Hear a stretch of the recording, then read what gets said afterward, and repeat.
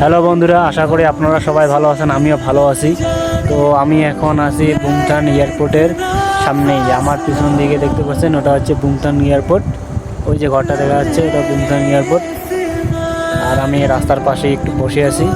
জায়গাটা খুব সুন্দর লাগতেছে, দেখার মতো একটা ভিউ। তো চলুন, আপনারা ভিডিওটা শেষ পর্যন্ত দেখতে থাকুন।